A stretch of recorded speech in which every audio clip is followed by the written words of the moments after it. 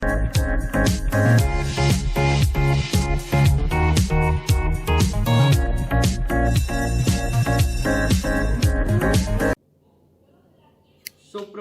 मित्रों, आज फिर से मैं कक्षा 6 की व्याकरण पाठ 1 भाषा, बोली, लिपि और व्याकरण, जिसमें से मैं पिछली वीडियो में आप लोगों को भाषा के बारे में अच्छी तरह से समझा दिया था। भाषा क्या होती है, भाषा के बारे में पूरी तरह से आपको समझा दिया था। जिसमें से अब आप पढ़ेंगे मातृभाषा।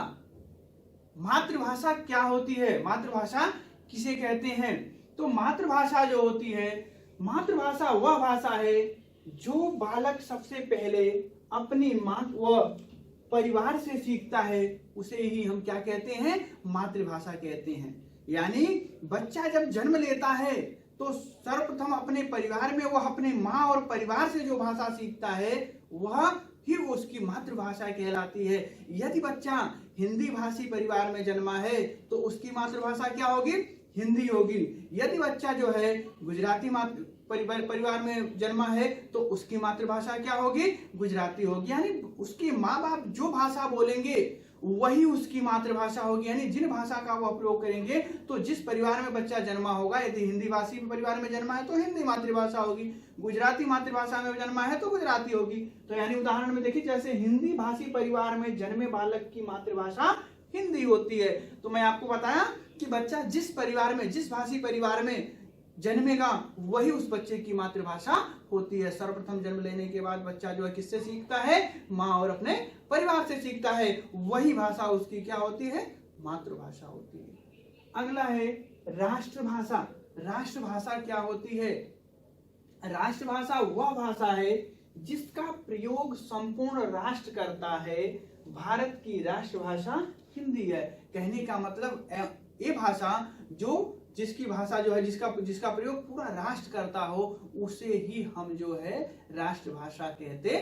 यानी अधिक मात्रा में बोली जाने वाली भाषा को ही जो है राष्ट्रभाषा कहते हैं। अपने यहाँ की राष्ट्रभाषा हिंदी। सबसे अधिक बोली जाने वाली भाषा कौन सी है? हिंदी है। तो अपने यहाँ की राष्ट्रभाषा क्या है? हिंदी है। ठीक। अगला है राजभाषा। राजभाषा क्या होता है? राजभाषा किसे कहते हैं? राजभाषा वह भाषा है जिसका प्रयोग देश के कार्यालयों में कामकाज के लिए किया जाता है। राजभाषा किसे कहते हैं? जिस भाषा का प्रयोग सरकारी यानी जो है जिसका प्रयोग देश के कार्यालयों में कामकाज यानी कार्य करने के लिए प्रयोग करते हैं, उस भाषा को हम क्या कहते हैं? राजभाषा कहते हैं। राजभाषा हमारे देश की राजभाषा जो है वह क्या है? हिंदी है। संविधान के अनुसार अनुच्छेद 343 के तहत 14 सितंबर अनुच्छेद 343 के 14 सितंबर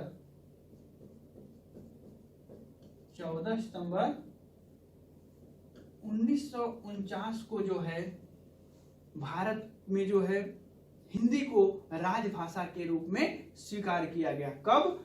अनुच्छेद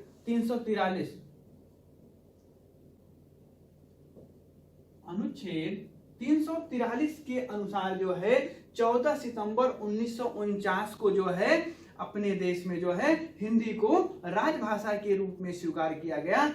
तभी से प्रत्येक 14 सितंबर को हम हिंदी दिवस मनाते हैं ना, तो प्रत्येक 14 सितंबर को जो है हिंदी दिवस के रूप से हम मनाना शुरू किए हैं, क्योंकि इसी दिन जो है हमारे देश में हिंदी को राजभाषा का दर्जा प्राप्त हुआ है। इसलिए हम 14 सितंबर को हिंदी दिवस के रूप में मनाते हैं। ठीक। तो यानी राजभाषा वही भाषा होती है जो सरकारी कार्यालयों में प्रयोग किया जाता है, उसे हम राजभाषा कहते हैं।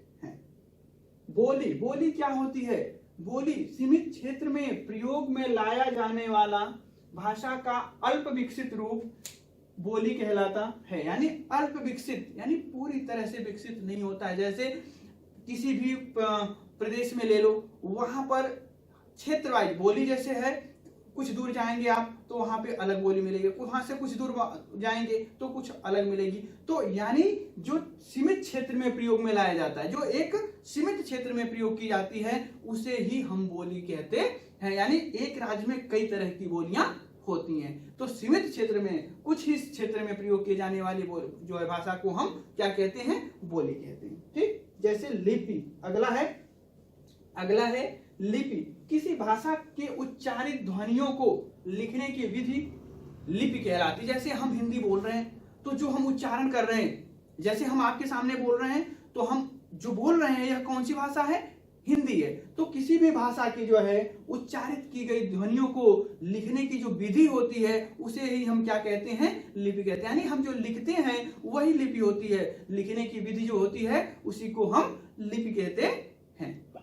हिंदी की लिपि क्या होती है, देवनागरी लिपि। हिंदी की लिपि क्या है, देवनागरी लिपि है। अगला है व्याकरण। व्याकरण किसे कहते हैं, व्याकरण क्या होता है। व्याकरण वह शास्त्र है जिसके द्वारा किसी भाषा को शुद्ध रूप बोलने, लिखने व पढ़ने के नियमों का ज्ञान होता है। यानी भाषा वह शास्त्र है जिसके द्वारा किसी भाषा को शुद्ध रूप से बोलने, लिखने व पढ़ने के नियमों का ज्ञान होता है।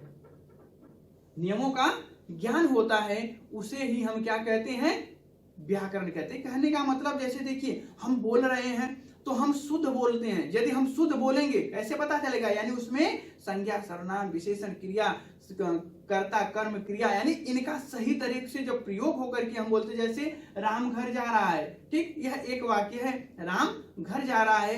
तो यदि हम लिखेंगे कि घर राम जा रहा है तो यह अशुद्ध हो गया, क्योंकि पहले घर आ गया, राम बाद में चला गया। पहले कर्ता होता है, कर्म होता है, क्रिया होता है, तो वह व्याकरणिक नियम है। तो जो व्याकरणिक नियमों के तहत होता है वही व्याकरण होता है। यानी हमें जो है व्याकरण क्या है, हमें शुद्ध बोलने, पढ़ने और लिखने का जो है ज्ञान प्राप्त कराता है, उसे ही हम व्याकरण कहते हैं।